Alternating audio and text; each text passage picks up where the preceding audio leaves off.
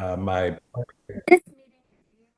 partner in crime, the guy in the box below me is Larry Clark. Larry, you want to say a quick hello?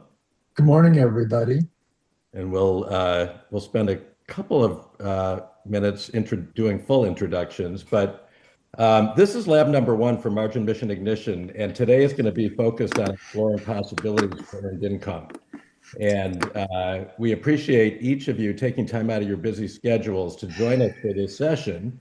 Hard to believe, but we've offered this now since, or some variation of this initiative since 2013. So you are the 12th group that's going through it. There's 1 year during the pandemic that we did not offer it. So we're delighted to have you all here, and we'll share a little bit more about what this is all about. Hopefully you've got a beverage. You can stay hydrated during our session today. And we'd like to start with just a very, I think, a quote that should resonate with everybody, because today's session is really about exploring possibilities. So we view it as a treasure hunt, and you'll have the opportunity today and afterwards to start to dig into that treasure box to see what kind of gold you can find in terms of earned income possibilities. If anybody hears something today that they feel is worthy of sharing on social, please feel free to do that. We're on LinkedIn, Facebook, Instagram, and we use 3 hashtags, which you can see on the slide here. So feel free to tag whatever it is you post. And just so you're aware, after today's lab, you will receive a copy of this slide deck. You're going to get a worksheet packet, which we'll share more about as we move through the slides today. You'll get a link to the recorded session, and we'll also send you a feedback survey. So be on the lookout for that after today's session. We always like to encourage a few must-dos during this and future labs.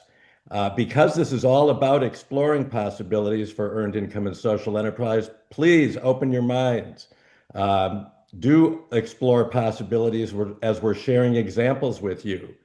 Learn something new. You will likely reinforce something that you already know, and you will have the opportunity to ask questions and do a little bit of sharing and discussing as time allows. So if you do have questions as we're moving through the session today, please feel free to type them in the chat box, and we will, as time permits, we will certainly be able to answer those. Also, we encourage you to just have fun, because it's rare that you get the luxury to sort of sit back and think about what kind of earned income and social enterprise activities might we as an organization look at. So why are we here? Very simply, we want to encourage entrepreneurial thinking. We want you to unleash your entrepreneurial spirit. So we're going to start with some sort of basic understanding of earned income and what is it. We're going to share lots of nonprofit examples. We've been at this for a long time, so there's lots of organizations that we've worked with, particularly on the Sun Coast. They'll be familiar to you in some cases, and in other parts of the country as well. And we certainly hope that by sharing today that it'll spark some ideas for your own team, your organization, as you're thinking about earned income and social enterprise. So we are together for a couple of hours. It's going to move quickly. We're sharing a couple of introductions. We'll talk a little bit about margin mission ignition in terms of what is it. You'll see us refer to it as MMI. So you'll know what that is when we talk about it. And then we'll get into the real meat of the session for today and talking about earned income, some definitions, benefits of it, exploring possibilities, and some Q&A. And then importantly, towards the end, what's next? So make sure that you stay with us through the end. And we'll also take a short 5-minute break at 11 o'clock. All right, introductions. So this is you. It's quite a tapestry of nonprofit organizations on the Sun Coast, representing a variety of different sectors, missions, operating budgets, and we love that. Like I said, we've been at this for a number of years, but we love that there's still a strong appetite for earned income and social enterprise on the Sun Coast. So one of the great benefits of being together on these labs is you get to be with your other colleagues who are in the same nonprofit sector. All right. So let's see. Whoop. I want to acknowledge our colleagues from the Patterson Foundation. So with us today are Michael Corley, who many of you know through lots of his work in the Suncoast. Josephine Eisenberg, a big round of applause for Josephine for all of her help with logistics, planning, and coordination getting us here today. Julio Suarez is here with us, and also Michelle Walker. So you'll see their faces throughout the session today. And you likely know the Patterson Foundation, but for those of you who don't, all about strengthening people, organizations, and communities in ways that foster widespread participation around shared quality of life aspirations. You may have been involved with them in some or all of their initiatives, but certainly, or most likely, the Giving Challenge, which just happened a few months ago. And by way of other introductions, Larry and I did introduce ourselves. I just want to share a little bit about No Margin, No Mission. We've partnered with the Patterson Foundation since 2013 to bring this initiative, MMI, to life on the Suncoast. And we are a national consulting practice. We help nonprofits in particular to focus on earned income and social enterprise, looking for ways to boost revenue beyond traditional fundraising and grants and donations so that you can be more thrivable and increase your mission impact. So again, delighted to be here with all of you. And should we launch our first poll question? Let's do it, hopefully.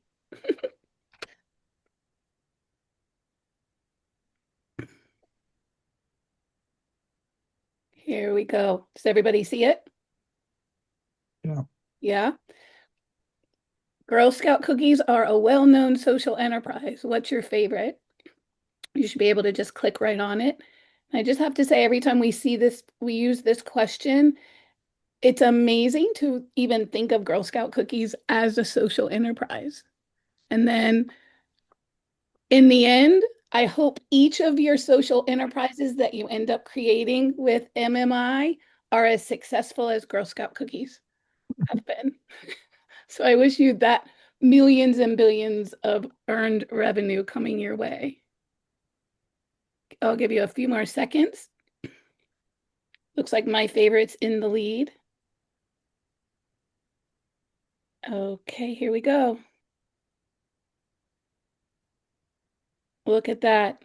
Thin Mints win with a close second of peanut butter patties. There you go, Mike. Well, Thanks. yeah, Girl Scout cookies are obviously the sort of the preeminent social enterprise. I think since they've been around, they've generated billions of dollars in revenue.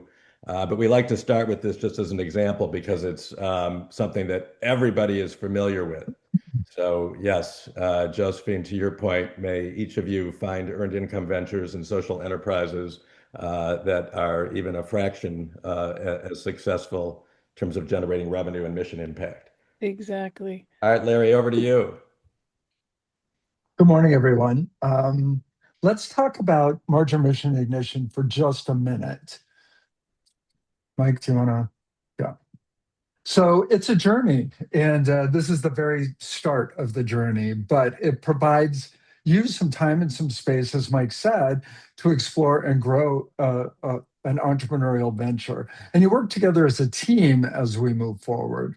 So it's really about aim at boosting entrepreneurial capacity, revenue, and really above all, mission impact. So what is it? There are 3 learning labs. Today's the first one. The second one will be on in person, but each is on a specific topic. And in between the learning labs, we'll do a 60-minute virtual consultation with each team. So Mike and I will split up the list, and each of us will be talking to you for an hour after each learning lab. So you get some one-on-one time with us, and we get to know you better. And we discuss your homework and answer any questions you might have. And then after the learning labs, there's an opportunity.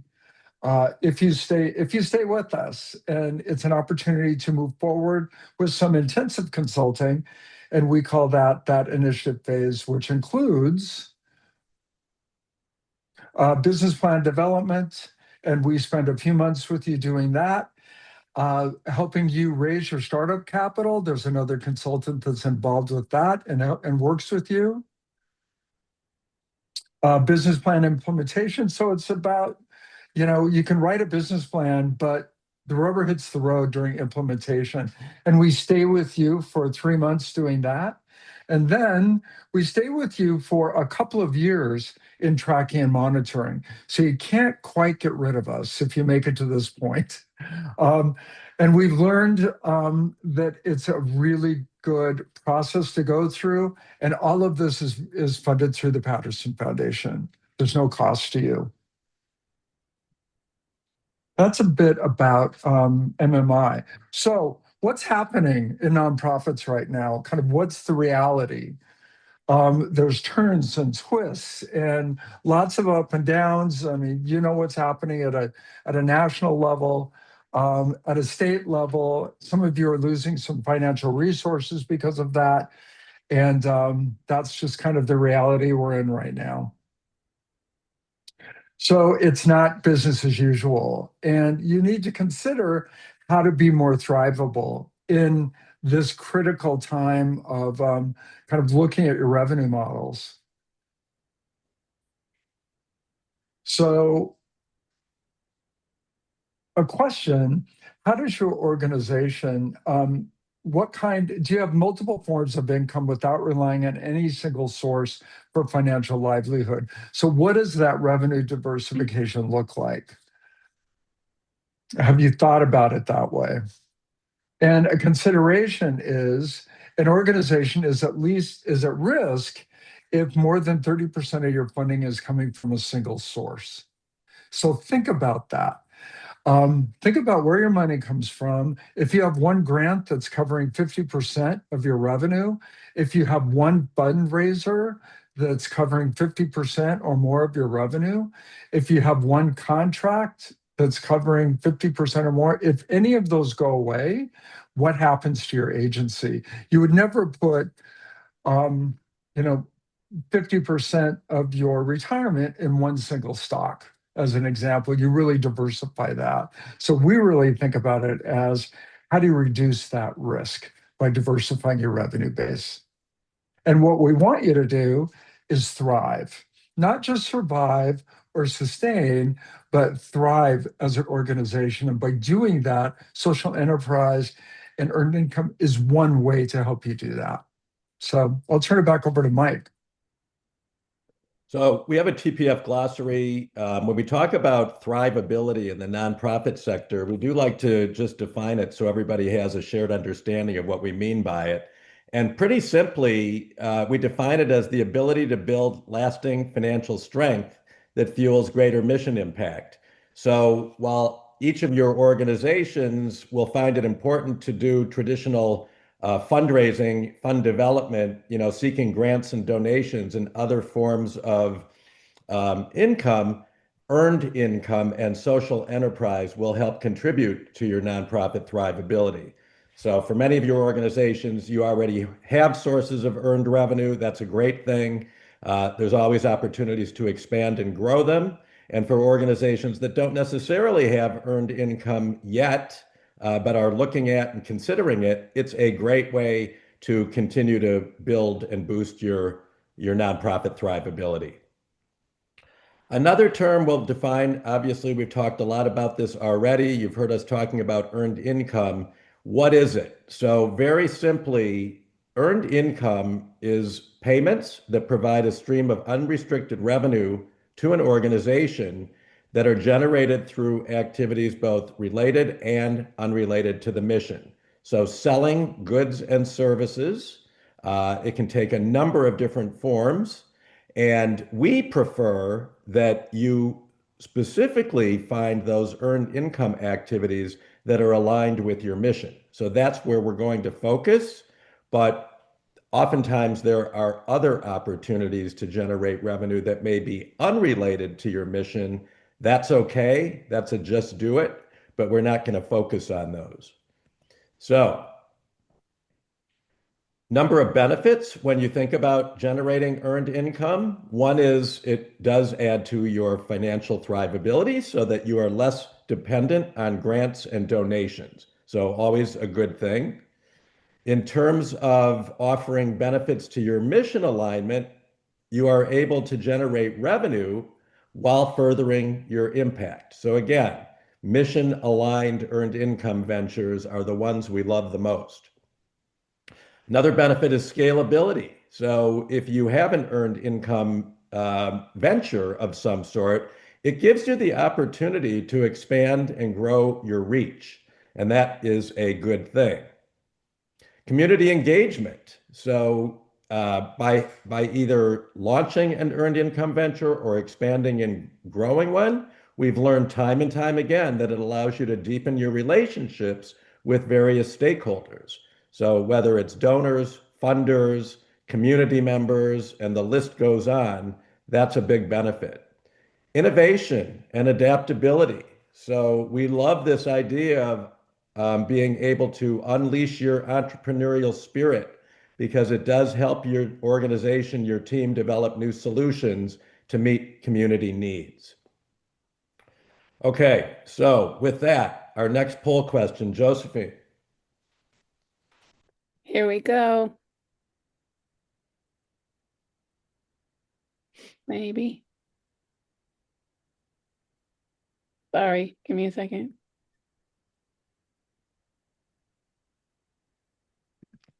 Well, if not, No, it's coming right now. Here it is. Here it is. okay. I think.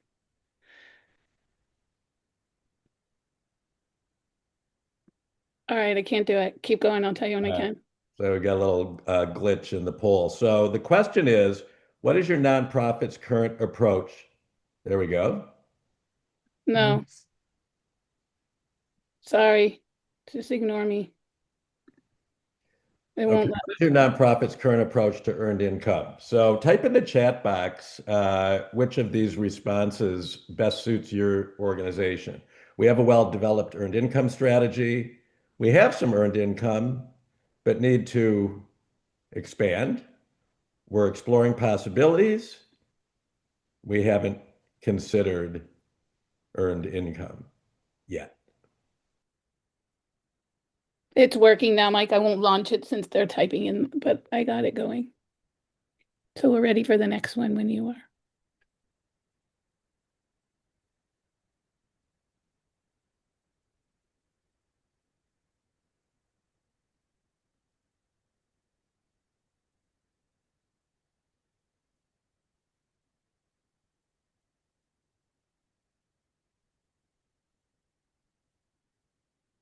Mike, you're on mute.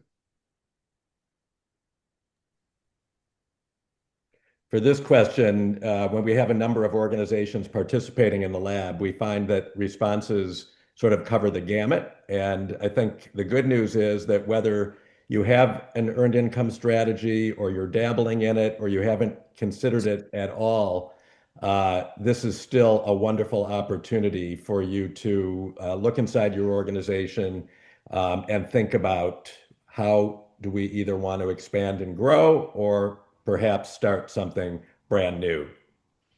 All right. So let's go on to the next one. Josephine, I'm going to have you launch poll question 3. There we go. What percentage of your nonprofit's revenue currently comes from earned income?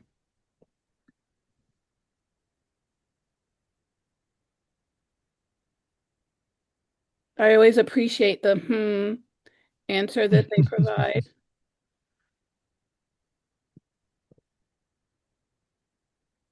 Give you a couple more seconds.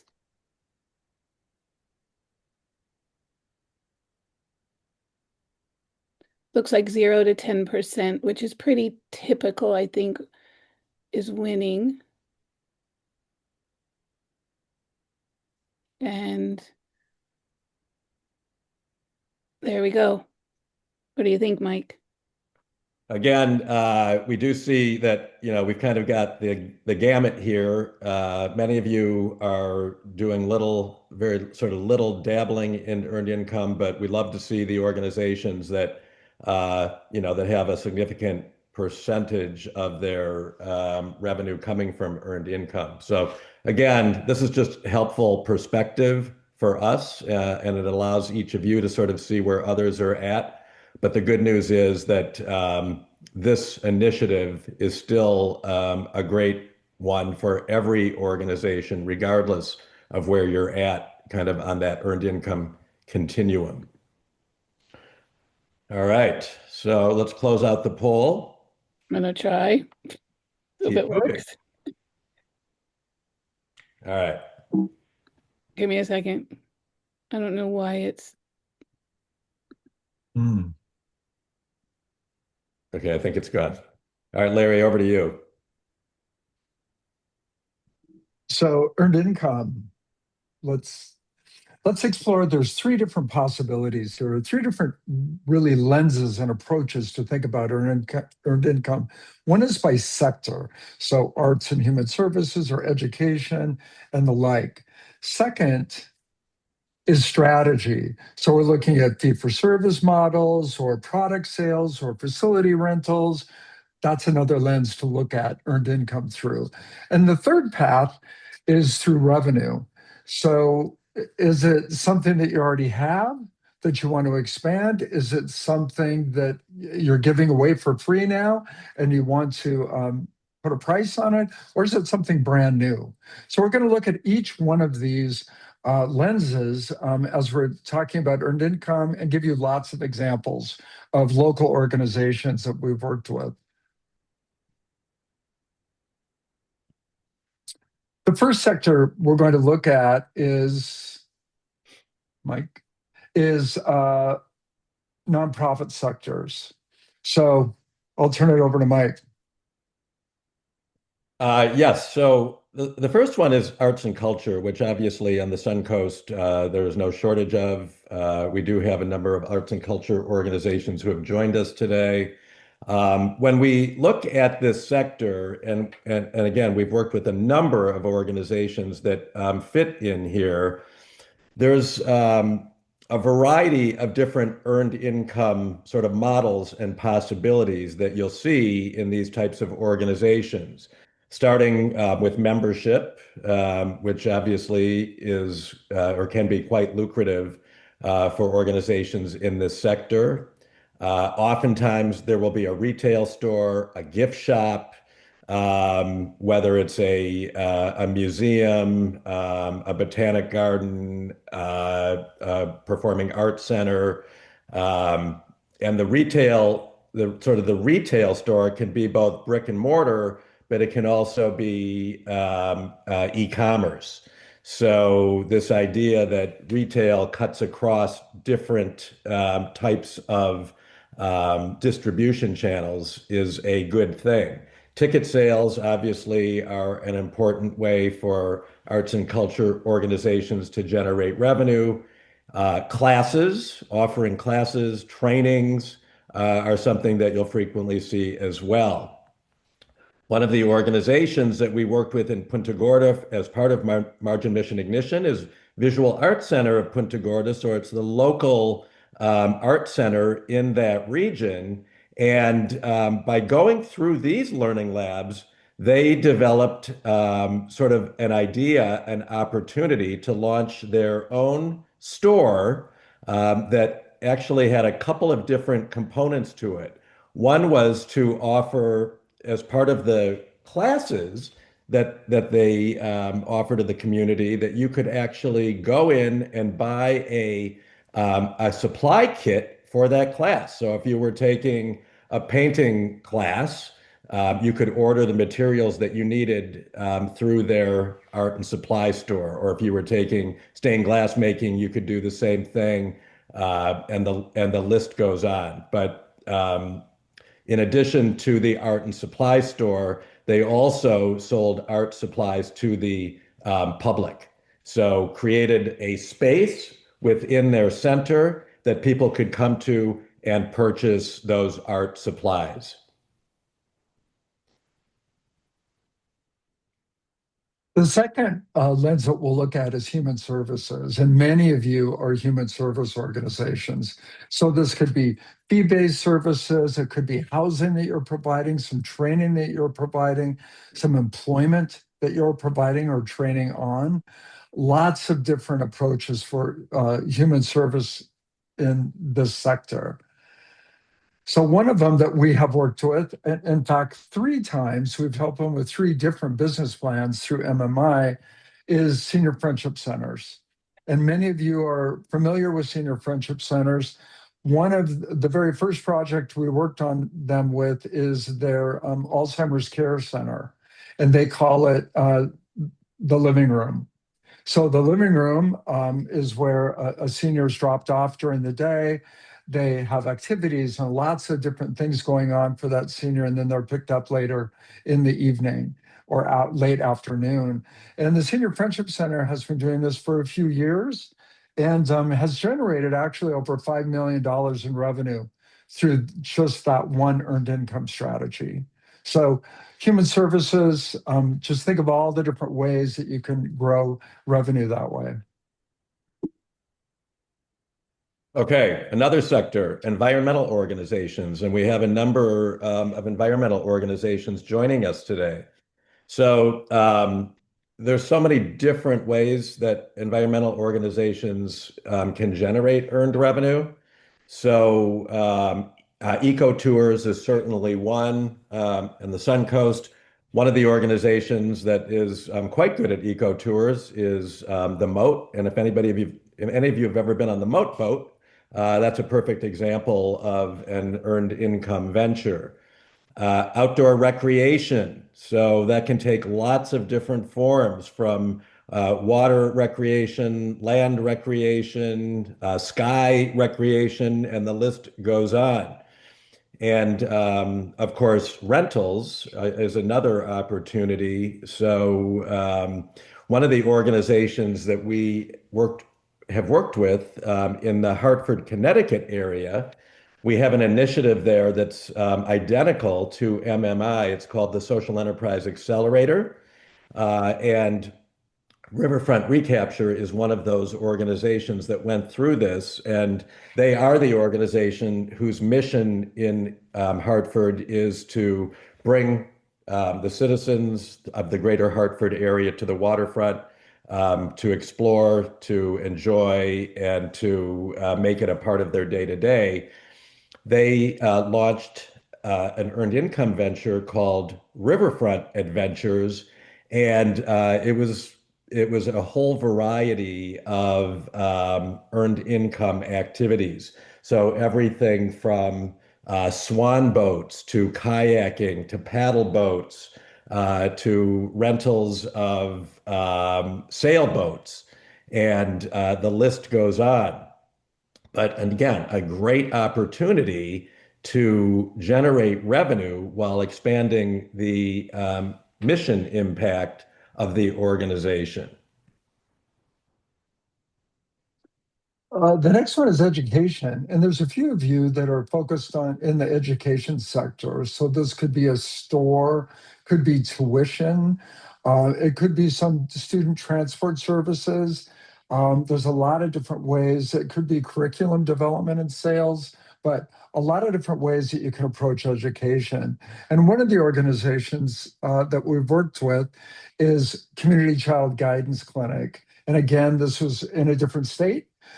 They went through the same model, but they are a school that work with kids with behavior issues. And other districts were sending their kids to those schools and getting them there in a number of different modes of transportation. They created their own transportation business, have a contract with the state to do that, and are generating $200,000 to $300,000 a year in revenue by just taking hold of their own transportation business. So that's just another example of an education organization doing something unique and different.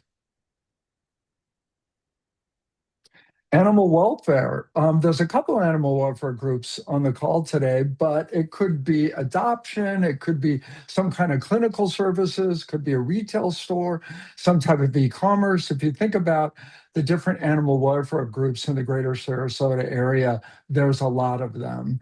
And they do a lot of different clinical services kinds of activities. Humane Society is one of those.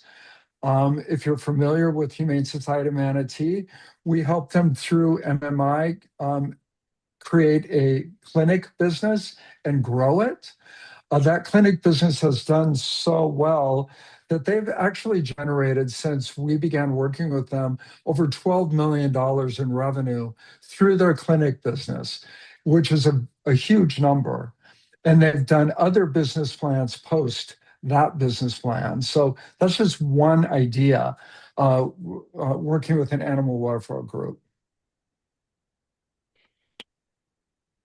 So, in the social services sector, which again, there's a number of organizations who have joined us today who fit into this group, we like to encourage you to really think about what are the various ways to generate earned income. It could be through counseling services, it could be through therapy services, it could be through legal services, employment services. There's a quite a vast array of possibilities that social service organizations can explore. One of the organizations that we worked with early on in MMI is Legal Aid of Minnesota. And if you know this organization, you know that their mission is all about providing pro bono legal services to people who are below the poverty line, but they were trying to think creatively about ways to generate earned income. So they launched what's called Florida Lo Bono, and it's essentially an earned income venture that allows people who are above the poverty line to access some of their services, and thus the name Lo Bono, because the services are actually priced quite reasonably. But they have a whole sort of menu of offerings that can help individuals, families go through a number of those sort of services that they might need for a variety of different issues, but to access them at a lower cost than they might pay by going to a law firm or a individual attorney whose fees might be higher. So this sort of lens that we've just shared with you is one that each of you should be sort of thinking about and exploring possibilities. And perhaps you've even written down some thoughts or ideas as we've gone through this. So let us just pause for a minute and ask the group if anybody wants to share. Were there any examples that we went through in terms of these sectors and specific examples that made you think differently about earned income for your own organization? So I'm going to actually just take us off of screen share for a minute. Anybody, if you want to share just briefly, please raise your hand and we'd love to hear from you. It's a good opportunity just to have a little bit of discussion and interaction. All right, so let's see. Go ahead. I see you raised your hand. Take yourself off mute. Is it? Anna? Yeah, Anna? Hi, Hi. my name is Anna. I work at Photo Care's Homeless Service. Hi, Anna. I was interested in the arts and culture aspect of it. I used to coach high school soccer, and one of the objections that these girls could not go to pursue their dream in playing college ball was their parents, being in a rural area, they couldn't afford for them to take these extracurricular activities. So possibly maybe get like charge a membership fee and then help them fund that either project or sport through a different alternative grant, but at least DeSoto Cares would be able to benefit in that $100 fee or whatever set amount I decide, and then we could get them to where they need to go. Great. Yeah, great idea. I mean, a membership fee is a nice way to engage stakeholders in your community. You know, you can price it in a way that is affordable, but again, helps to generate some margin so that you can continue to do those mission-related activities. So, nice idea. Anybody else? Did this spark an idea for anybody else?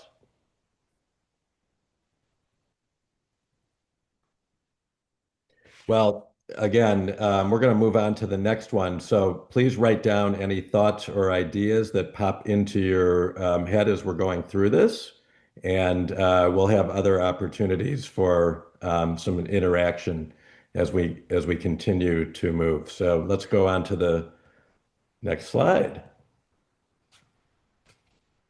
So the next strategy is the and lens is earned income is through strategies. So different ways and approaches. So the first one is fee for service programs. Many of you are doing training and those kinds of things. Think about that as a fee for service program. So it could be training, consulting, could be kinds of professional services. Um, think about all the different ways that you can reach out there and train somebody on the work that you're doing right now. You might already be getting those calls. One of the organizations that we worked with is Sarasota Manatee NAMI, and they had a great idea around peer training programs, and nobody was quite doing it the way that they wanted to do it. They spent some time and created a training model, and now they're actually training um, other NAMIs throughout the region, and actually some state agencies have hired them to do peer training for them. They've generated over $350,000 in revenue, and we've been working with them a couple of years. So training, fee for service is one model. So another earned income strategy is product sales, and that can take a number of different forms. You may have merchandise that you either are selling or would like to sell. There might be publications, could be books, could be journals, could be some sort of magazine, an e-magazine, or a combination. Or there might be, you know, mission related goods. So actual products that help a group of stakeholders improve their life, their quality of life in some way, shape, or form. So a good example of that is the Lighthouse of Minnesota, which you may be familiar with. They went through MMI and decided that they wanted to essentially launch a retail store, which they in turn branded as Peepers, which sold vision sort of related merchandise to help people with low vision needs. And as an example, they decided they were going to focus on, specialize in sort of these digital high-tech magnifiers that truly help people who have impaired vision to be able to read and you know, whether it's books or magazines or newspapers or a combination, which in turn is a great way to help people sort of improve their quality of life who are vision impaired. They started this venture as a brick and mortar store, but decided to expand it and offered it as a e-commerce store as well.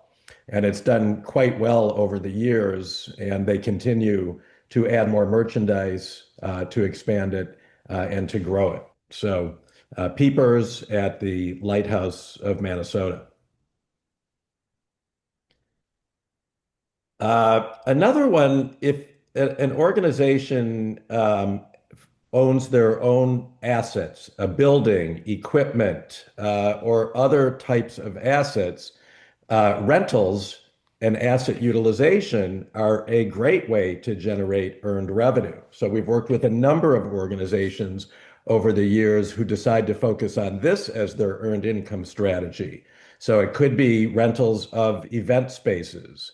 If you have, if you do have areas that could be, for example, a party, a wedding, a meeting, a retreat, and the list goes on. You may have a kitchen, a commercial kitchen that would be available for rent in some way, shape, or form. Cooking classes, demonstrations, or opportunities for catering, as an example. And shared workspaces. So again, when you've got a building that allows for people to come together, convene, collaborate, that can provide opportunities.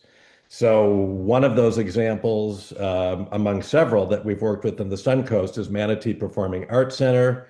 And they participated in MMI several years ago, and their initial earned income venture was to take this wonderful building and space that they had and ensure that it was being utilized beyond when there were performances taking place or classes and so forth. So they opened it up for facility rentals, parties, events, weddings, meetings, and the list goes on. They've generated substantial amounts of earned revenue through this initiative, and they continue to add to their campus and will continue to add more facility rentals as they do that. So that's Manatee Performing Arts Center. And the last one we'll share in this group is membership models. And Anna mentioned one that they're considering moving forward. But think about membership from your organization. It could be some exclusive content that people are becoming a member to get on a regular basis. It could be a training that you're offering for membership, or it could be some other type of community benefit that individual is getting. I would venture to say everyone on this Zoom call is a member of something. So think about the benefits you're getting from whatever organization you're a member of. And that's probably an earned income model that organization has. So the example that we'll share is Hartford Harvest Farm Share Program. And what they did was they sold shares of their farm share. And every week you get a box of food. So you spend $600 or $700 a year for the membership. And during season, you get a box of fruits and vegetables, which you can either pick up or you can show up at a local farmer's market and pick it up at their booth or have it sent to you for a fee. And they've done very, very well during season of getting people to buy their share of their product line. So think about what you might be able to offer similar to that could be part of a membership model where you generate revenue. So that's Hartford Harvest Farm Share. So let's open it back up again. And is there something that stood out to you the most in all of these? And it maybe is triggering something in your mind or your organization that you might move forward as an idea. So strategies, think about it. Yeah, Robin, go ahead. Yeah, the Pops Orchestra benefits from the Manatee Performing Arts Center's model that you used. We have an office here in the lobby of the Manatee Performing Arts Center, and they're building a new building next door, and they've added a fourth floor just so we can have more office space and a rehearsal facility, and they're generating revenue by us renting off that. But one idea I've had since I moved in here is that we're right on the Bradenton Riverwalk, and you go down there and there's a splash pond and there's kids and families everywhere and there's no place to eat. And I said, oh, could the Pops Orchestra run a food truck for the Bradenton Riverwalk and have like popsicles and Pop Tarts and lollipops, kind of like themed or whatever, and have volunteers. And so this is one of the ideas I had coming into this, kind of jumping off on what they're already doing, because they actually expanded their concession stand here so that they have a little coffee shop now that's open to the public during the day. It's kind of like Rise and Nyes, and they have under, students, kids, young adults working in there that need job training that might not otherwise get it. So I don't know. I think I keep thinking about a food truck at the Riverwalk. It's a good idea. I like that you are kind of bringing the word pops into it. It's a lot of different pops food. Think a little more about how we can make this more mission aligned, other than just using the word pops. Maybe orchestra members rotate in and can talk about whatever. Think about young kids going into orchestra in school. Maybe they could be the employees. So think about how you can mission align it a bit more. But it's a great idea, Robin. Yeah, no, Larry, you got it, because the idea is we'd have little small groups play out there at the Riverwalk performances, and our volunteer ushers would be also volunteers, to Uh-huh. run it. So yeah, I'm with Right. you. Good. Anybody else have an idea? I think Amy just put something in the chat. Amy, do you want to share?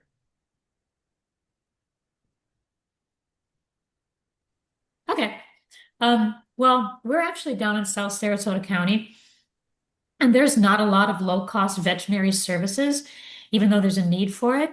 And it sparked my interest that you had mentioned that you had helped the Sarasota Humane Society. And we actually have a building next to us that we were considering purchasing and possibly trying to set something up like that up, but we don't have the skills to do that. It's a great idea. It's a great idea. And part of going through this process would create that business plan to how do you utilize the building. I'm not saying that the startup cost would include the building purchase, which obviously you'd have to buy the Right, building in some way. right. That's a very large expense. But equipment for the building, staffing for the building, kind of what's the earned income model for the veterinary services. And you're so fortunate in Florida that you can actually offer veterinary services from your Humane Society. There's many states that can't, or a rescue center. There's many states where nonprofits can't offer veterinary services because the veterinarians have control over that through legislation, right? So you're lucky in that respect. So if you've got the building, you got the means to get the building or rent the building or lease the We do. building, the business plan could help pull the rest of it off. That would be awesome. Yeah, we have the opportunity to get the building, so that's not going Yeah, to be an obstacle. It's just yeah, once we have the building, everything else that's in that plan is what we need help with. yeah. Great, great. Thank you, Amy. Is there Thank one you. more organization that wants to share? I think Jude. Hi, thank you all for having us. I'm with Bosilla Islands Conservancy. There's a few of us here, and one of the things that we're exploring is we have an app that we've developed. It's actually going live on the Apple Store, and this is allowing us to track a species that's about to come going into endangerment. But on its back end, it has some really powerful attributes. So right here, you can track if you find a gopher tortoise or if you see a burrow. And what happens over time with all the citizen science that you collect is that you can make very informed decisions about what areas land acquisition that we can make a case for purchasing or getting grants. Your sound's on, just so you know. But the thing that I'm thinking about here is, I've had people come to me and go, "Oh, we have invasive iguanas. If we all did the citizen science and we could track where they are, could we, eradicate that challenge?" But again, it's the model. It's, I'm a developer. I'm giving my time. The tool's already done. It's actually going live this afternoon on iOS on the Apple platform. But how do we get this out in the greater context and also wrap it's very mission driven and mission alignment with us. But again, I'm just trying to Mhm. think, how does this work? How do we get other people to use it or make it their own tool? It has all the thank you. It has all the capabilities to let people do their own projects. So if you wanted to do your own in Lemon Bay or in Sarasota, you can invite people into Mhm. your own team. All those features are there. But most tools like this are used for free and they're often Right, funded by foundations. I think the closest one is it kind of like iNaturalist, and it has an endowment of over $20 million from one donor. right, Um, right. but again, S- how can we break into that space? So So on the Apple platform, do you have to buy it or can they download no, it for it's free? free. It's It's free. free. Yeah. Okay. So maybe on the back end of the app, there's things that they can purchase. There's Yeah. functionality that you can Yeah, there's add into it. functionality.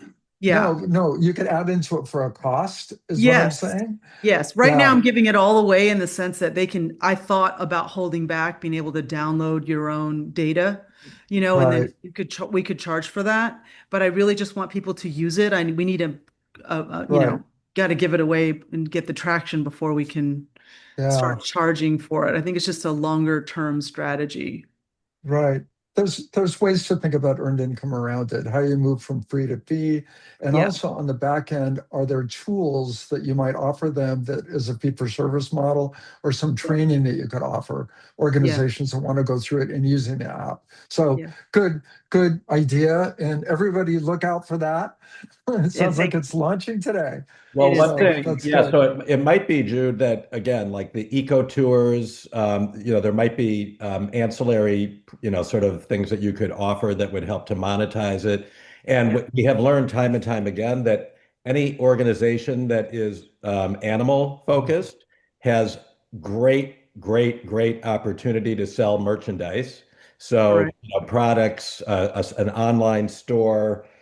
We've worked with Big Cat Habitat. They just Yeah. blow merchandise out, with their animals on it. Peace River Yeah. Wildlife Center, very Huge. successful with their merchandise sales, Yeah. and the list goes on. So you are in a sector where that really does resonate with consumers, Yeah. and they're happy to support your mission by buying those things if you have them to sell. Yes, Right. I think that's great too. The other thing is I built the back end so that we can do something on our island. We have multiple properties that we own, conservation easements. And mostly out here, people are on golf carts. And the technology is called geofencing. So you can drive around, get close to one of our properties. It notifies you, hey, this is the lot designated, Cool. and Oh, to owls. Cool. And it'll educate you based on your proximity. It'll tell you, hey, look to your right, look to your left. So all that technology is there. And we're thinking that also that could be for a fee. So hmm. people who Yeah, come onto the island and want to go on a tour and want something to do with their family other than go to the beach, that we could do that's this as great. well. Yeah, That's great. Thank you for sharing. Dude, We are you are the actual developer of the I app? am. I am. That's Well, my you're a good background. resource for us because we frequently are asked, who can we talk to about developing an app? So Oh, would love to help. we're gonna keep you on our list. Thank you. great, Thank you. good. Well, thank you for sharing those that raised their hand and shared their ideas. We're going to take a 10-minute break. Now we are exactly right on time. So come back at 10 after and we will get started again. All right. But before we do that, Josephine, I know you had just a quick announcement. Sure. If while you take a quick second before we start, if you'll rename yourself if you have not already, and add your organization's name next to your name, first and last. And in the meantime, I have some quick questions so I can get accurate attendance. If Deborah iPhone 11 can let me know what org you're with, you can put it in the chat or come off mute. So I'm looking for Deborah iPhone 11. Barbara Vetter, you're in here twice. And so I just need to know who both folks are and what org. Kim's iPad, Stacy's iPhone, Chris, and Susie. I'll read them one more time. So if you could put it in the chat, if you're not able to put it in the chat, just come off mute real quick and we'll move on. Deborah, iPhone 11. Barbara Vetter, two of you, two Barbaras. Kim's iPad, Stacy's iPhone, Chris, and Susie. So Kim's iPad is Kim, and she's with Bosilla Islands Conservancy. And then I will help her later with her naming and her turning As long on as I know, she doesn't really have to. What's Kim's last name? kitchen. Gotcha. Okay. Thank you. Stacy's iPhone is Yep. Stacy with Project 180. She's probably driving and listening. Got it. We don't What's want her typing. What's her last name? Rickelman. Stacy with the E. Ricklemann. Okay. Perfect. Thank you. And Josephine, I dropped it in the chat, but Barbara Vetter is a board member with Step Up Suncoast. Okay. And I just see it twice. So I'm not sure if there's somebody else as well. Occasionally she has some issues with the audio on the one device. So I I'm understand. imagining, yeah. So Thank you. it should be the Thanks. same. Perfect. Thank you. Anyone else, then just put it in the chat. If not, I'll ask again. Thank you, Mike, for letting me Sure. jump in. We love Zoom, but with Zoom, there's always a question or two. So let's get back into our content. So continuing on the path of these various ways to explore possibilities for earned income, let's take a look at the third lens. Again, another way for each of you and your organizations to think about earned income possibilities. So this one is what we call revenue paths. And when we talk about revenue paths, there are a few of them. So one of them, again, for those organizations that already have existing earned income, ventures of some sort, one or more earned income ventures, one revenue path is to expand and grow. So identifying existing earned income activities that you could actually take to the next level. And we know there's a number of you here who have those. A second revenue path is what we call moving from free to fee. So that is basically the way it sounds. Considering programs that you already have, they're probably very mission focused programs, but you're giving them away for free and perhaps you can monetize and sell them. And then the third revenue path is what we call new ideas. So something that is brand new, does not exist as an earned income opportunity in your organization today, but perhaps you have or others in your organization have a wonderful idea that you could launch. So we're going to talk about all three of these revenue paths and give you some examples. So first one in the expand and grow area is Peace River Wildlife Center. And I alluded to Peace River Wildlife Center before. They are an organization in Punta Gorda. They went through MMI several years ago. And very interestingly, when they went through our learning labs, and we said to every organization that was participating, go back, look through every single program that you have and see how much revenue they're generating. And Peace River Wildlife Center did that, and they came back to us and they said, well, we've got this little gift shop that's in our little sort of welcome center. And as we were looking back through our financials, we saw that this little gift shop that sells T-shirts and hats and sweatshirts and hoodies and some, other some other types of gifts was generating about 40 to $50,000 a year in revenue. And that's when their light bulb went off and they said, what if we were to expand and grow that and take it, to another level? So by offering more merchandise, by creating an online store in addition to the brick and mortar store, and perhaps even having pop-up shops, they were able to successfully expand and grow their gift shop. And this is just a photo that you can see of their brick and mortar store, which is now in transition because they're building a whole new center. But as we were saying, if you are an organization that focuses on wildlife, on animals, that kind of merchandise resonates with people and it does sell. So a great opportunity for earned income. Larry. Yeah, the second that we'd like to talk about in this category is Manatee County Habitat for Humanity. And we've actually worked on two business plans with them. The first, Mike, do you want to? The first is the resale store. And they had three resale stores. And you understand the Habitat for Humanity model where they use retail stores and then generate the resources to actually build homes. They had three resale stores and they wanted to build a fourth one or acquire a fourth one. So they did just that. And it wasn't just building the resale store and staffing it, it actually changed the business model for their other three stores. They had a new IT system.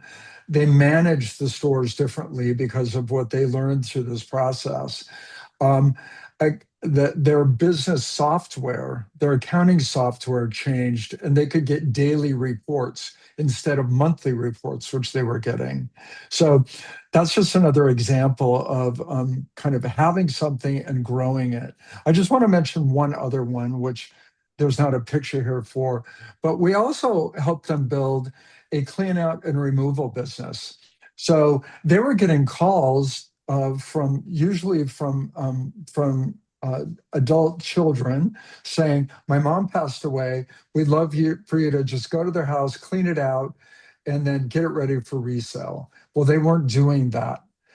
We helped them create that business. So now they get a contract to actually clean out the house. They can rotate some of that merchandise into their resale store, whether it's the new one or the other three. And the client pays for anything that has to go to recycle or the dump. So they've generated a whole new business out of just phone calls that they were getting, and it was a good idea. And we know a couple of other habitats that are actually taking this model and replicating it now. So those are two kind of different ideas from Habitat for Humanity: resale, store, and clean out and removal. So another organization that went through MMI, and in particular during our learning labs, decided to, as they were looking at all their different possibilities, was Sarasota Opera. And they have a number of different earned income streams within their organization. But again, I think the idea here is that even if you do have a variety of earned income streams within your nonprofit, there's still room to expand and grow. So they had this costume rental business that had existed within the organization for quite some time, but they had a unique opportunity immediately prior to the pandemic to purchase a very large collection of costumes from a company that was actually going to close their doors in Canada. And they made a sort of a strategic decision to buy these costumes because they believed that there was a significant opportunity to expand and grow their rental business, which in fact they decided to focus on as part of MMI. And we helped them develop a business plan to significantly grow this business. They are now about 2.5 years into their expansion of this initiative. They've generated over $1 million in earned revenue from it, and the prospects for the business are quite substantial. As the opera business has been challenged over recent years, a number of mid-sized operas, even larger operas, have had to cut back on their own costume production, which in turn has created an opportunity for Sarasota Opera to do more rentals. So they're actually renting to a number of opera companies throughout the country, and even to film companies, commercial companies, and a variety of colleges and universities who have opera programs. So very cool example. So we do want to offer, at least to anybody who may want to share here, the opportunity. Do you have any earned income activities currently that you are thinking about expanding and growing? And if so, what are they? So feel free to, if anybody wants to raise your hand and share here, please do. Will do. Go ahead. Um, I run a day center for the homeless, and we've been around for 35 years. So we have lots of clothing that gets donated to us, and we use what we can for our homeless clients. Uh, Shirts, sneakers, jeans, things of that nature. But we get a lot of donations that are items that we can't use. So we have an arrangement right now with Goodwill and also with Fifi's where we send those items that we can't use out, and that's a revenue stream. But we definitely could expand that online. I can see that opportunity there if I had some volunteers who could, and maybe even eBay for that matter. Great idea. Yeah, I We, mean, we tried the thrift store route years ago, and we ended up losing money on it. So effectively, we have a thrift store without having a thrift store. And well, the Joe, thrift stores do quite well. Wherever we've done thrift stores, whether it's in the Sun Coast or other parts of the country, either online, brick and mortar, pop-ups, some variation, people do love thrifting. So sounds like Yeah, well, I would love to go that direction because it would give us an opportunity to actually employ some of our homeless clients too. So, that's something that, as we go further on, I'd love to have that discussion with you guys. I know, Larry, you were and gonna comment on that. yeah, Joe, are you right by WSLR, I am next the radio door. station? Yeah, Jesse Coleman, Oh, yes. yeah, yeah. And you have a parking lot, I think, Oh, that everyone wants my that parking lot. I get it exactly, every 3 weeks, exactly. someone wants to buy it from me or use it. Well, that's another earned income revenue model that you Yeah, could think about is yeah. renting out your parking lot. Everyone wants it. There's no parking in your neighborhood. So I just throw that Yeah, out I there. know about that one. Thank you, Larry. Well, Okay. I'll add you to my list of people who've mentioned the parking lot this month. Okay. hey, Good. Larry, Yeah. maybe you can comment on Journey Home and what they just did in Hartford, because it's a relevant example, I think, for you to share. Yeah. Journey Home works with the homeless and provides furniture and houses them, gets them into some type of housing. So they already had this kind of furniture business up and running by picking things up and then donating it back to their clients. They decided to create a thrift store because there was a lot of the furniture that wasn't applicable to go to those that were their clients, and they began selling it. So they opened up a thrift store about 6 months ago, and it's generated a couple 100,000 in revenue already. Um, it's very unique. It's small, but they made it very engaging, inviting, and it's in a great location. So thrift stores aren't a bad idea if you have the right place and the right concept for it. Well, So, I think Michael mentioned it has to feed into your mission, and I'm looking at it could right, be a double sword because we could get some of our homeless right, people employed. right. And it's a great place for volunteers to work. Right. They And increased their where's Journey volunteer Home at? pool by they're in Hartford, Hartford. Okay, got you. Thank you. Connecticut. Yeah, Yeah. I can connect you with them. Go to their website, and interestingly, the organization is called Journey Home, but they named their thrift store Home for Good. And it's just resonated with the community and has really taken off. Uh, Yeah. Jennifer, go ahead. I know you have your hand up, and then we're going to keep moving. Jennifer Fretz, did you have your hand up? You're on mute. There. There you go. Hi. Yes. So two things. One, I am definitely interested in um starting a thrift store retail space. We've actually started looking for a good geographical location. We've viewed two spots right now.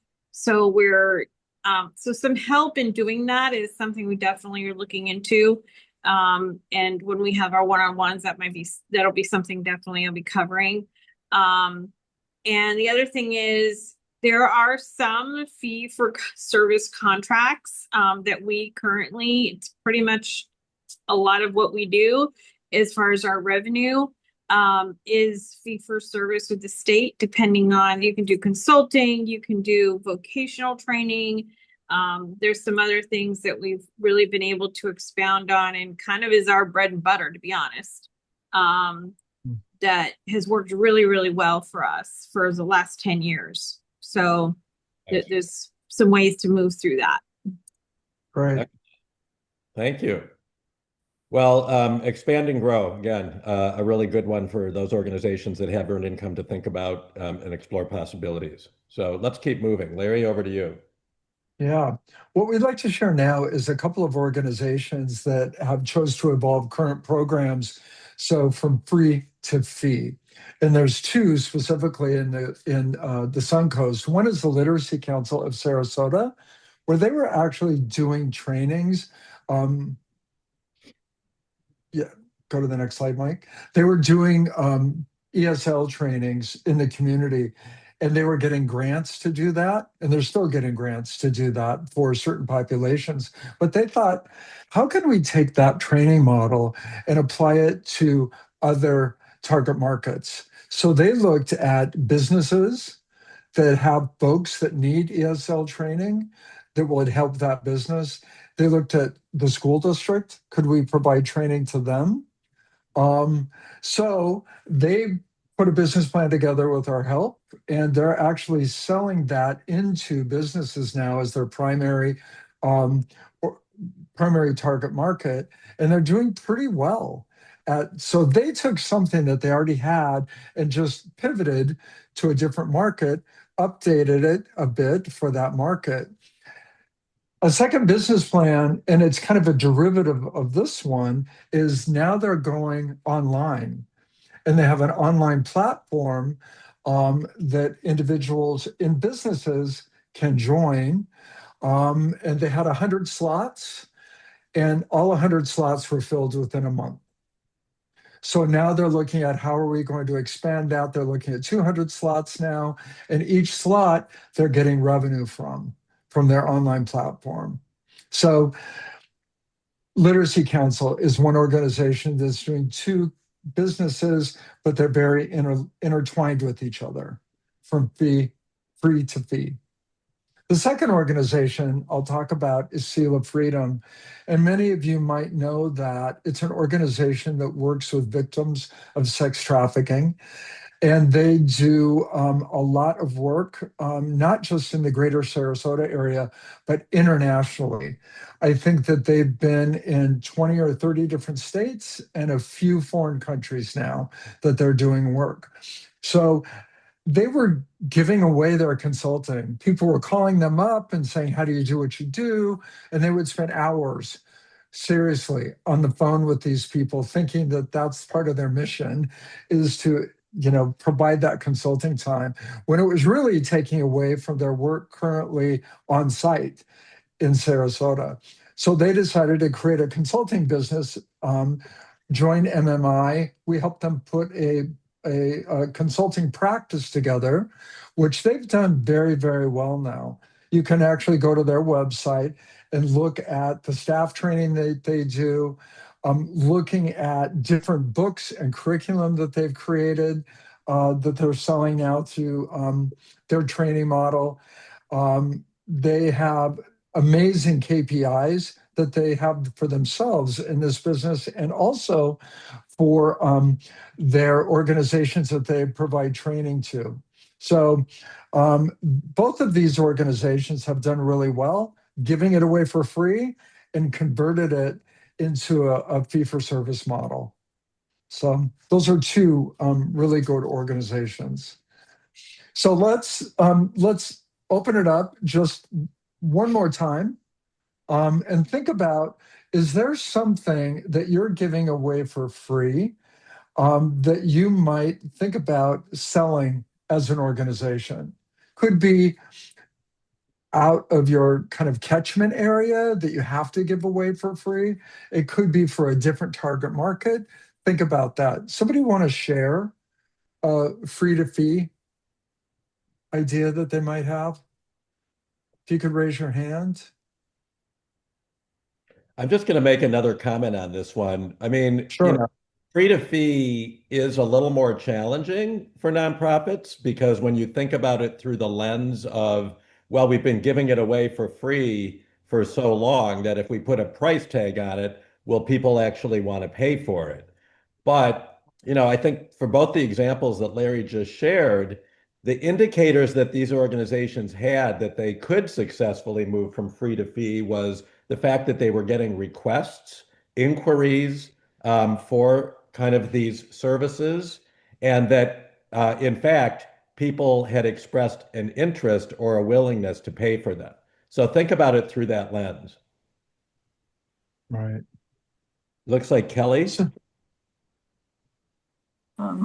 go ahead, Yes, Kelly. so our can you hear me okay? Yes. So our conservancy has been doing what we call a living lecture series, where we bring in a guest speaker and community members come and attend a class. Usually we do like a little 30-minute happy hour. And then everybody sits down and we do a lecture, whether it's about birds or gopher tortoises. Each lecture like has its own dip topic. But we've always just given that away for free.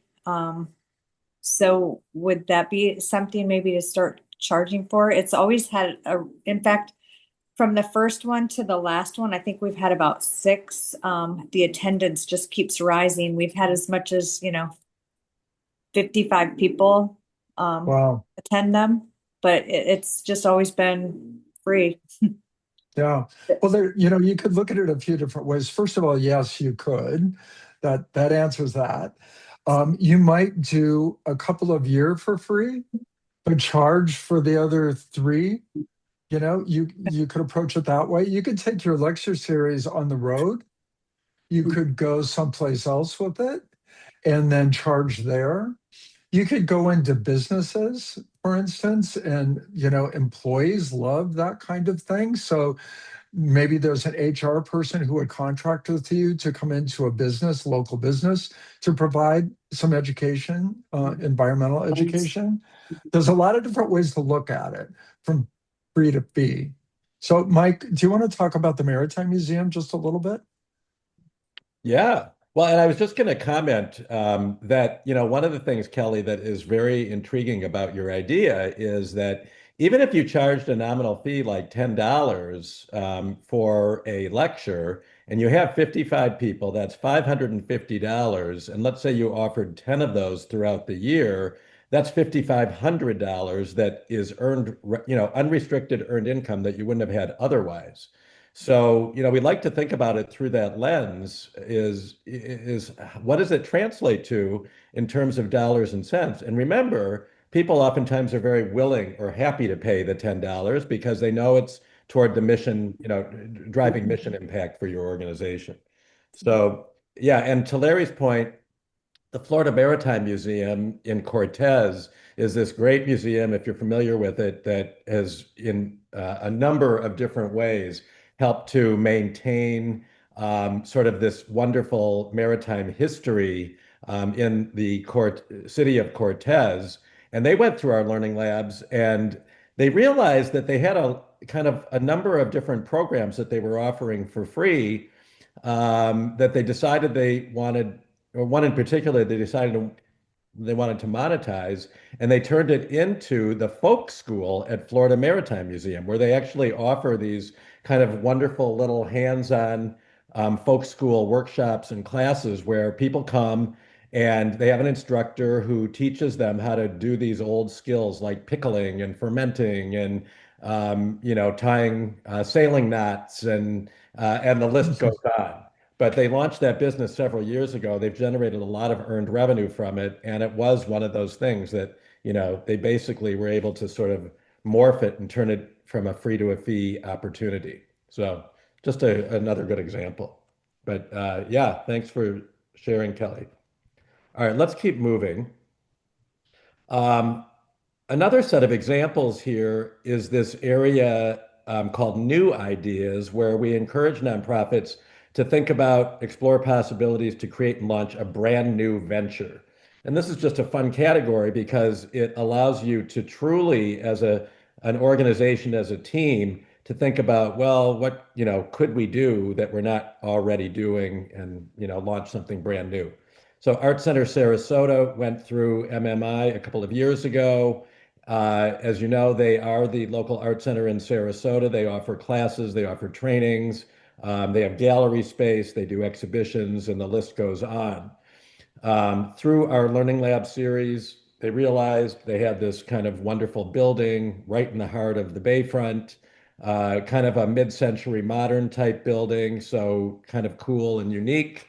They were getting a lot of inquiries and calls. Can we use your space for a meeting, a party, an event, a retreat, from businesses, individuals, organizations? And rather than giving it away for free, decided that they wanted to turn that into their earned income venture. The reality is that they have hosted a number of events there. The space lends itself beautifully to these venue rental opportunities, and certainly the community has responded. So, one example of launching something brand new. Larry, over to you. The next organization is Beyond the Spectrum. And they're a school that works with kids with autism.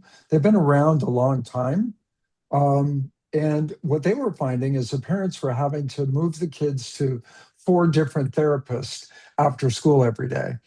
So instead of that and putting their parents through all that extra work, they decided to create their own ABA therapy clinic on site. It's been phenomenally successful. They generate probably between 50,000 and 100,000 a month net revenue, which then they're saving up those resources to buy their own building in the next couple of years. So it's been really successful, and they've actually replicated. They have another ABA therapy clinic in Venice now. So that's Beyond the Spectrum. Another example of an organization that launched a brand new venture is an organization called HARC. They're based in Hartford, Connecticut, and their mission is essentially to provide opportunities for individuals who have severe developmental and intellectual disabilities.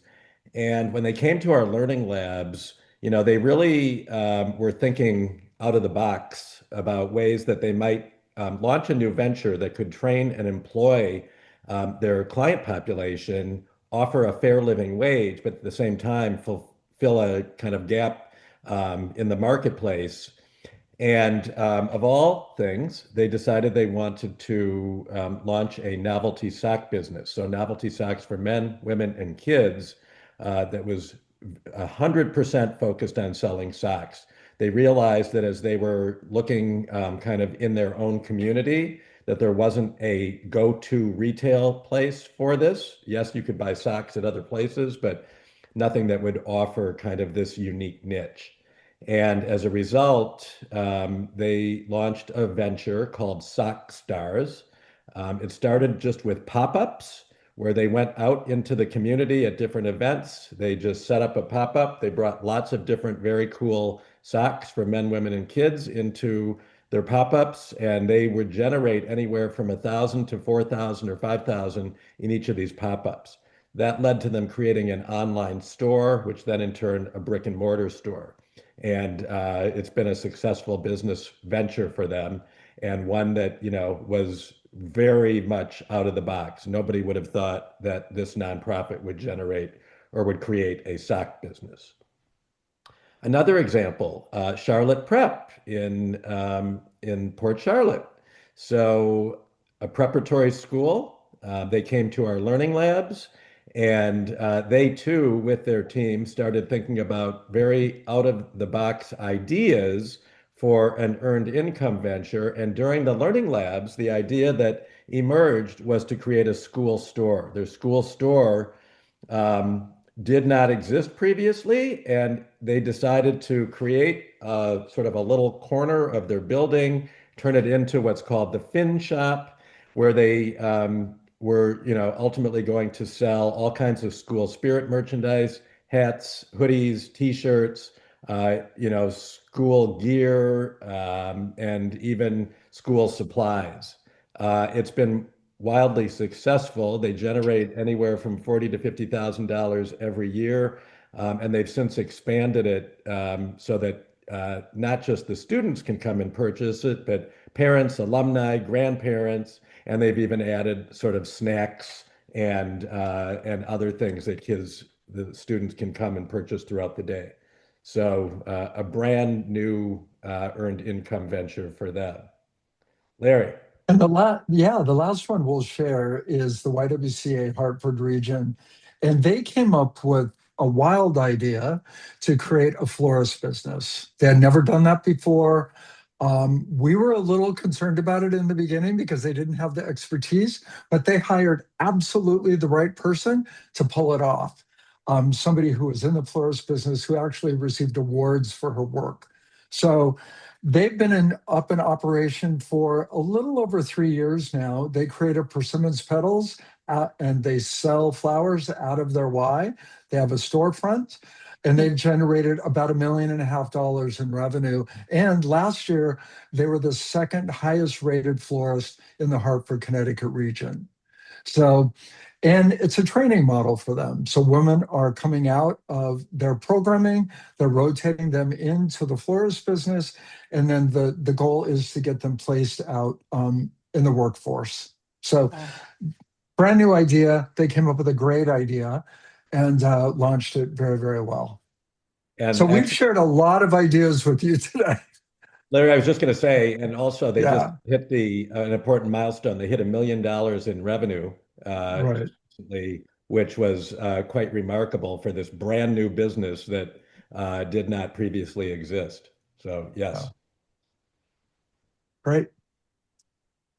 All right. So, we have time for one, maybe two very quick. Did this spark any ideas for a brand new earned income venture for anybody? Whether it's a kind of crazy off the wall idea or something that, might be a little less so. And if not, we'll be happy to talk with you during our one-on-ones when we schedule our Zoom consults. All right. Well, let's keep going. So, Josephine, do you want to pull up our last poll question? What's your big dream for earned income at your organization? We want to expand and grow our existing activities. We want to move programs from free to fee, explore new possibilities, all of the above.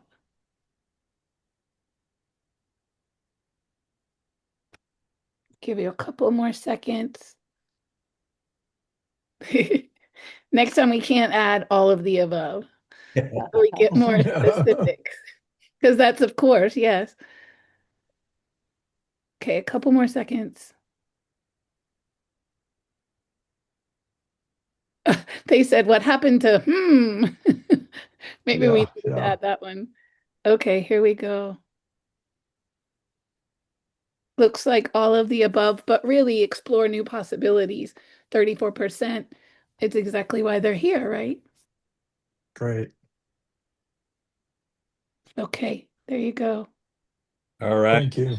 Well, we're glad that you're all dreaming about what earned income would look like at your organization, and we're excited to kind of continue to engage with you in these conversations. So let's kind of move to close. And Larry, why don't you jump in and talk about action steps? Sure, sure. It's time for you to take action. Kind of where do we go from here now? Work with your team. Some of you are individuals, some of you, there's more than one on the call. We really want you to work as a team, and you'll receive a workshop packet. So that'll include some homework that we want you to do prior to our one-on-one call with you. So think about, and in that packet, that worksheet, we want you to think about and inventory everything that generates revenue for your organization right now, earned income wise. What are those things? Just list them out. How much revenue did it generate during those 12 months, the most recent 12 months? And rank order from high to low revenue. So on the worksheet, you'll have an opportunity to do that. It's really important to, as a team, think through that. Think of all the ways that you're currently generating earned income. Second part of that worksheet will be free to fee. Consider things you're giving away for free now, and what could you move to a fee structure, and list those out. What are they, and which one could be monetized, and rank order those also. So on the worksheet, there's those two different categories. Now, the third category on the worksheet is new ideas. So brainstorm those possibilities, open your minds, think about all those mission-aligned opportunities you can. We gave you tons of ideas today. Bring your team together, do that ideation. If you have a board meeting coming up, it's a great thing for your board to do too. What are things that we could do as an agency? Allow yourselves to be creative and really do think outside the box, like the flower business for the YWCA. So you'll get that worksheet. We want you to spend the time doing that. Next steps, take it to the next level. We want you to join us for lab number 2, which is coming up. That will be in person. And the focus is, are you ready for earned income? We'll do a little bit of look inside your organizations to say, can you handle this? Are you ready for it? What might you need to go to that next level? And that's on Wednesday, August 19th, starting at 8:30. Shoot. And somebody doesn't have their, somebody said, oh, shoot. Yeah. Well, maybe you can move your schedule around. Anyway, it's Wednesday, August 19th at 8:30. You'll get more information about that. And there's some criteria for participation. So your organization had to attend Lab 1, so all of you are here. You have a current profile in the giving partner. So we just went through a big fundraising effort. So hopefully you have a profile in the giving partner, and you have a minimum operating budget of $500,000. Most of you meet that criteria. Look at the giving partner, make sure it's updated if it's not, and do that quickly. So then if you meet that criteria, you'll get a worksheet packet from us, and that will be emailed to you. And we want you to fill that out and send it back to either Mike and I, and you'll know which one to send it to. You'll get that information also. You'll participate in a one-on-one Zoom consult with us. So we want to make sure we have your worksheet, and we'll spend an hour with you talking about all your ideas as a team. And we really want your CEO, a board member, and a staff member. There's a lot of reasons that those 3 people need to be involved from this point on in the process. And we've learned the hard way why those 3 need to be involved. So your CEO, your board, and your staff. And that's your initial team. You can have more than that, but at least those 3. Once we have the Zoom consult with you and get your worksheet, you'll be able to register for lab number 2, and you'll get the registration link to do just that. And from, again, this point on, your ED or CEO, a board member, and a staff member need to be included in the process. So you'll get, after this, your action item worksheet will be emailed to you. The slide deck link will be emailed to you, just in case you need to show it to a board member or to others.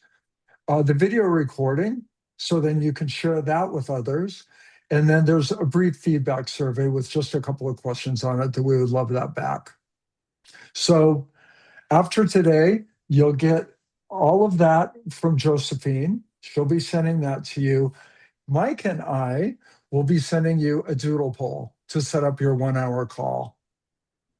So you'll get 2 emails this week, one from Josephine and one from either Mike and I. We'll be setting up the 1-hour Zoom calls. And then after that, you'll get your e-invitation to register for lab number 2. So a bit of a process in the beginning. Hopefully it was clear. The lab series continues. So you got the in-person lab, and we only do one in-person. The third lab is via Zoom, and it's on September 23rd from 10 to 12, and that's via Zoom. And that's all about business planning, and it's really the blueprint for earned income success. So we'll talk about the different components of a business plan, what's it made up of. You will already have some great ideas by then because you will have talked to us a couple times. You'll have looked at your capacity to go into business planning. And then we'll talk about how do you take that idea to the next level. That's what that lab is about. So, a couple of emails this week. Mike, do you want to open it up? We'll open it up for questions. There might be some questions that you have about either the process or the dates. And Sam, right off the bat, you have a question. Good.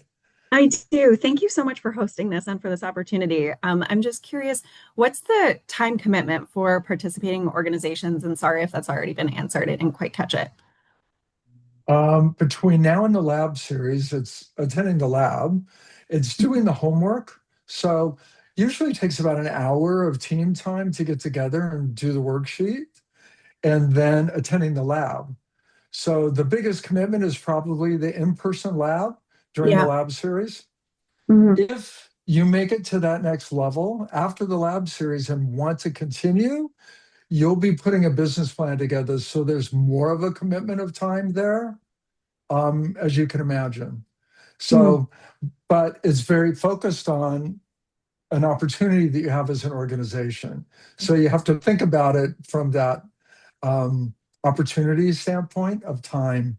And it really just depends on how many people in your organization are involved, and how focused you can be on doing the homework within the business planning software that we use. So, yeah. Sure. And how many labs are there altogether? 3. 3. Okay, great. Thank you. The next one's in person. Yeah. Good. Again, I think it's important just to underscore that we really think about this initiative as phase 1, which is the labs, the 1-hour consults in between them, and whatever team time is required to work through the homework. That is really the gift from the Patterson Foundation to all of you. If you decide you want to go beyond the labs and apply for this intensive consulting phase, that'll be up to you. But, again, think about kind of this initial phase as the one where you'll have the opportunity to learn, explore possibilities, and hopefully, walk away with some action steps as a result. All the organizations that we shared as examples today took it to that next step, and they went through the business planning phase of work. Sam or Robin, you have a question? Yes, if we are out of town on August 18th, should we just sort of wait till the next round? Everyone's out of town on August 18th, or just you, or you went away on my screen? Just me, but I'm, the CEO of the organization. It's actually the 19th, right? You guys check me, but I think it's the 19th. I'll be on an airplane all day on the 19th. Oh, So sorry. Okay, just making sure you knew. Robin, you can I'll talk to send us a Josephine note. offline. Yeah, Okay. please do that. Thank you. Other questions about the process or time or one-on-one calls? Antonia has a question. Okay, Antonia. Yes, I was just wondering where the in-person lab would be hosted. Which It's city? going to be, yeah, it'll be at the Carlisle Hotel in Okay. Sarasota. Thank you. They have lots of parking and really good food. So Yeah. we'll have lunch and breakfast that day. Nice. Thank you. Yeah, yeah. Other questions? Well, we have shared a lot of information with you today. Hopefully we got your wheels churning and turning about earned income, lots of ideas. We look so forward to the one-on-one calls with you in a week or two. And thank everyone for participating today. Mike, do you have any Yeah, closing comments? real quick, since we have another minute or two, we didn't get a Zoom photo with the folks who joined afterwards. So I'm going to ask everybody if you would please just take yourself, put yourself back on video just for a moment. We'll snap one more picture just to make sure that we can include everybody. We'd love to post these on social and have them for posterity. So again, if you are able to take yourself, put yourself on video just for a moment, that would be great. And then we'll wrap and say goodbye. All right, so let's everybody smile, say cheese. I'm gonna do this twice. Hang on, bear with me. I'm gonna, okay, 1, 2, 3. And one more.